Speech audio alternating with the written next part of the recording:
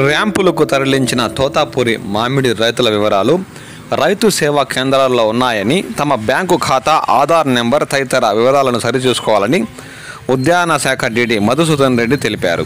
తప్పులు ఉంటే తక్షణమే ఆర్ఎస్కే సహాయకులను సవరిస్తారన్నారు. ఆయన చిత్తూరు, యాదమరి, బంగారుపాళ్యం మండలాల్లోని రైతు సేవా కేంద్రాలను పరిశీలించి రైతులతో మాట్లాడారు. జిల్లాలో 31,000 మంది రైతులు 1,38,000 టన్నులు తోతాపూరి మామిడిని ర్యాంపులకు తరలించారన్నారు. గుజ్జి పరిశ్రమలకు తరలించిన రైతుల వివరాలు ఆన్లైన్ నమోదు వేగంగా కొనసాగుతుందన్నారు. త్వరలో రైతు సేవా కేంద్రాల్లో అందుబాటులో ఈ జాబితా సైతం ఉంచనున్నామని ఈ సందర్భంగా ఆయన విలేకరుల సమావేశంలో పాల్గొన్నారు.